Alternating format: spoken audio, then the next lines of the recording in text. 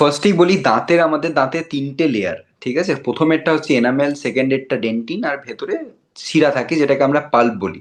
তো দাঁতে ব্যথা কিছু রিজনস এর জন্য হতে পারে। নাম্বার ওয়ান, ধরুন কারোর দাঁতে ক্যাভিটি হয়েছে, যেটা আমাদের কাছে পেশেন্ট আসে যে দাঁতে পোকা হয়েছে।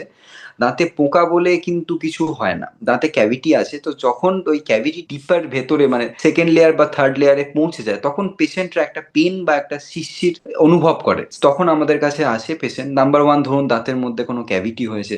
সেকেন্ড নাম্বার, ধরুন কারোর দাঁতের মধ্যে পেরিওডন্টাইটিস হয়েছে, দাঁত অজস্র মাড়িতে ব্যথা, তখন দাঁতে ব্যথা হতে পারে। তিন নাম্বার রিজন, ধরুন কারোর দাঁতে শিরশির অজস্র, কোনো ঠান্ডা গরম কোনো জল খাচ্ছে, তো পেশেন্ট শিরশির করছে খুবই বেশি, তখন আপনাদের কাছে পেশেন্ট এসে বলে যে দাঁতে ব্যথাই করছে, মানে শিরশির আর ব্যথার মধ্যে ওরা ডিফারেন্স বুঝতে পারে না, তখন একটা রিজন হতে। লাস্ট রিজন হচ্ছে, ধরুন উইজডম টিথ, কারোর দাঁত বেরোচ্ছে, আক্কেল দাঁত বেরোচ্ছে, তখন একটা দাঁতে ব্যথা আসতে পারে। ব্রাশ করার সময় আয়নার সামনে ব্রাশ করতে, যাতে দাঁতের মধ্যে কোনো ইরেগুলার থিংস যদি দেখতে পায়, যাতে দাঁতে ব্ল্যাক স্পট বা কোনো রক্ত বেরোচ্ছে, ব্রাশ করতে গেলে যদি কারো রক্ত বেরিয়ে আসে দাঁত থেকে, বা ব্যাড স্মেল, কিছুদিন অন্তর অন্তর মুখের মধ্যে অজস্র গন্ধ আসছে, তখন ডেন্টিস্টের কাছে যাওয়া উচিত। দাঁতের মধ্যে খুব ঠান্ডা গরম যদি কোনো জিনিস খেতে গিয়ে কনকন কনকন ভাব আসছে, তখন একবার ডাক্তারের কাছে দেখানো উচিত যে কি প্রবলেমের জন্য আমার আসছে। দাঁতে ব্যথার ট্রিটমেন্ট বলতে আমাদের কোন ইয়েতে পেশেন্ট আসছে সেটার উপরে ডিপেন্ড করে। যদি দেখি আমাদের যে ভেতরে মানে ক্যাভিটিটা যেটা ফর্ম হয়েছে, যদি রিজেন্ট ক্যাভিটি হয়, তাহলে আমরা দেখি যে ভেতরের দিকে যদি বেশি পৌঁছে না গেছে, মানে এখনো শিরায় পৌঁছায়নি, তো আমরা দাঁতটাকে সিল করে দিলে দাঁতের ব্যথা বা দাঁতে যে শিরশির পেশেন্ট অনুভব করছে সেটা বন্ধ হয়ে যায়। যদি আমরা দেখি যে দাঁতের শিরায় অলরেডি ক্যাভিটিটা প্রেজেন্ট চলে গেছে, টাচ হয়ে গেছে, তো তখন দুটো রিজন আছে। একটা হচ্ছে রুট ক্যানাল ট্রিটমেন্ট, আমরা আরসিটি করে দাঁতটাকে বাঁচিয়ে দিই, মানে দাঁতের ভেতরে যে শিরাটা আছে সেই শিরাটাকে আমরা বার করে দিই। আর সেটা যদি আরসিটি যদি পেশেন্ট না করাতে চায়, তো তখন দাঁতটা তুলে দিতে হয়। এটা হচ্ছে দাঁত ট্রুথ ক্যাভিটির ট্রিটমেন্ট বলতে আরসিটি আর এক্সট্রাকশন। যদি পেশেন্ট আমাদের কাছে আসছে মাড়ির জন্য দাঁতে ব্যথা নিয়ে, তখন আমরা ওই ডিপ ক্লিনিং করে মাড়িটাকে ঠিক করার চেষ্টা করি। যদি আমাদের কাছে পেশেন্ট আসছে শিরশির নিয়ে, তখন আমরা পেশেন্টের দেখি যে কি রিজনের জন্য পেশেন্টের শিরশির আছে, কোনো ক্যাভিটি আছে না দাঁত ক্ষয়ে গেছে, বিভিন্ন বিভিন্ন রিজনের জন্য বিভিন্ন বিভিন্ন ট্রিটমেন্ট আছে। তো আমরা যদি বেশি শিরশির নিয়ে পেশেন্ট আসে, তো ফার্স্ট অফ অল আমরা ডিসেন্সিটাইজিং পেস্ট কিছু পেশেন্টকে সাজেস্ট করি, যে দাঁতের মধ্যে 3 থেকে 4 মিনিট আঙুলের মধ্যে নিয়ে লাগিয়ে রেখে দিতে, তারপরে ব্রাশ করতে। কিছু ডিসেন্সিটাইজিং মাউথ ওয়াশ আমরা পেশেন্টকে বলি যে ইউজ করতে, দিনে 2 বার করে 5 থেকে 10 ml নিয়ে মুখে কোনো জল না মিশিয়ে ভালো করে কুলকুচি করে ফেলে দিয়ে, আর যেন মুখে কোনো জল না নেওয়া হয়।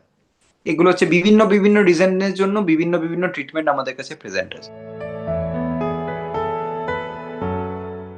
আমরা একটা জিনিসই পেশেন্টদেরকে বলি, যেন কোনো গরম সেক, দাঁতের মধ্যে যদি কোনো ব্যথা বা কিছু অনুভব করছে, যেন গরম বাইরে থেকে সেক না নেওয়া হয়। এতে মানে জিনিসটা আরো বাজের দিকে ট্রান্সফার করে। হালকা গরম জলে নুন দিয়ে কুলকুচি করলে একটু রিলিফ পায়। যদি কারো লবঙ্গ বা ক্লোভ যেটা হয়, ক্লোভ অয়েল যদি দাঁতের মধ্যে লাগায়, তাহলে একটু রিলিফ পায়। যদি কারোর ইনফেকশন হয়ে মুখ ফুলে গেছে বা সোয়েলিং আছে, তখন আমরা পেশেন্টকে বলি যে একটু বরফের প্যাক যেন ওই জায়গাটাতে লাগায়, তাহলে একটু সোয়েলিংটাও কম হয় বা একটু আরাম পায়। ক্লিনিং বলতে আমরা দিনে 2 বার করে ব্রাশ করা সবার জন্যই খুবই দরকার।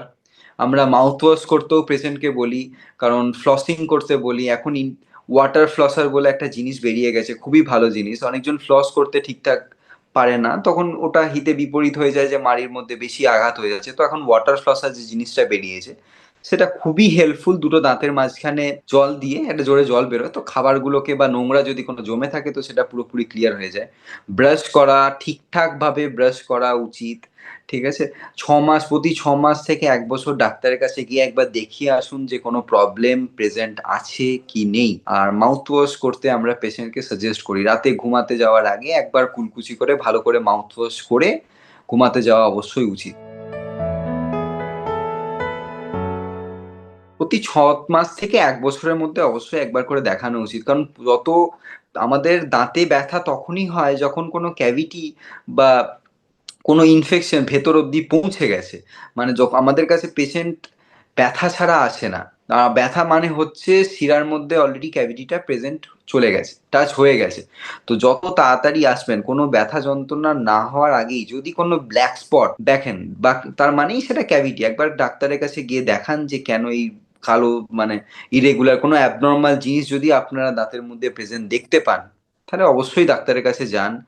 যদি মুখের মধ্যে ব্লিডিং দেখতে পান, রক্তপাত হচ্ছে, তখন ডাক্তারের কাছে একবার অবশ্যই দেখান। ঠিক আছে? গন্ধ বেরোচ্ছে মুখ দিয়ে, একবার করে চেক আপ করানো। যত আগে পেশেন্ট আমাদের কাছে আসবে তত ভালো আমরা জিনিসটাকে ট্রিটমেন্ট করতে পারবো, তত কম পেনফুল।